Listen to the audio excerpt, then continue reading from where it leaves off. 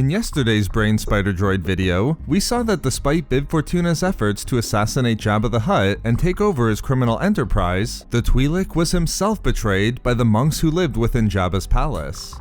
Not only did Fortuna lose control of the palace, he was forced to undergo the monstrous process of the monks, whereby his brain was removed from his body, placed within a maintenance jar, and then attached to the underbelly of a spider droid. But Fortuna wouldn't remain in this state forever, and in today's video expose, we'll look at the ingenious plan he crafted to free himself from the spider droid and implant his brain within a new Twi'lek body. For 6 months, Fortuna's brain was imprisoned within the spider droid of the Bomar monks. But his story wasn't yet finished there. For the 6 months that his brain had been installed within the spider droid, Fortuna devised a scheme where he would send out messages to another male Twi'lek named Firith Olan, the son of a wealthy family on Ryloth who wanted to take control of the criminal empire left behind by Jabba the Hutt. Fortuna played into these desires and convinced Olan that he knew the location of Jabba's treasures on Tatooine. Using Fortuna's computer abilities, Olan wanted access to numerous weapons and military caches throughout Tatooine, knowing it would greatly increase his power. Fortuna would directly help Olan locate 64 TIE interceptors, but it still wasn't enough. Olan wanted a strike-class medium cruiser, or Fortuna would be destroyed. However, just as Olan had his TIEs operational, he was located by the Alliance's Rogue Squadron, tasked by Admiral Akbar specifically to investigate events on Tatooine. In the ensuing battle, Olan's TIEs were annihilated. Knowing that Rogue Squadron was winning, Olan and a handful of TIEs attempted to escape. But the Twi'lek was in luck. The Imperial Remnant appeared and attacked the X-Wings, having also been dispatched to Tatooine to investigate the rumored weapon caches there. Having escaped Rogue Squadron, Olan set course for Ryloth, the only place that would grant him sanctuary. But unfortunately for Olan, while Captain Sempton and the Empire might have attacked Rogue Squadron, they also had no love for the Twi'lek either.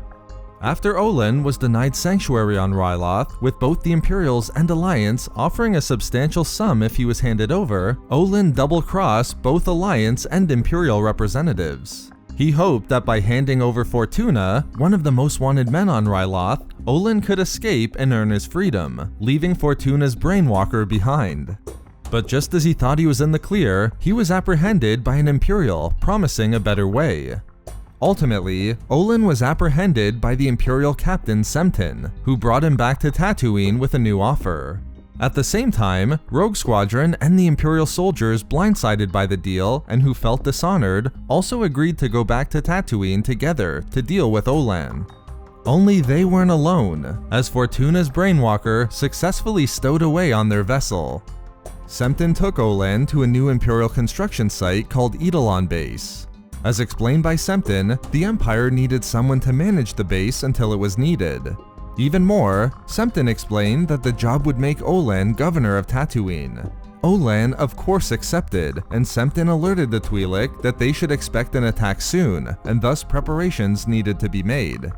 Because Olan only planned for an aerial attack from the Alliance, not knowing the Imperial troops allied with the rebellion planned to ambush from the ground, Olan became enraged with Captain Sempton and wanted the Imperials called off before they became truly endangered. With that, Captain Sempton had seen enough, finding Olan to be a crook and coward. Recognizing Olan knew too much and could hand it over to the Alliance if captured, Sempton took out a knife and plunged it into the Twi'lek's midsection. With no other options, Olan ran through the entrance of the base, falling hard to the ground below, but apparently freed of the danger of the Imperials. That is, until he looked up to find the brain spider droid of Bib Fortuna standing before him. As the Alliance and Imperials battled it out upon Tatooine, Fortuna had other plans. Taking Olan to the monastery that had once been Jabba's palace, we see that the monks had attended to both Fortuna's brain droid and Firith Olan.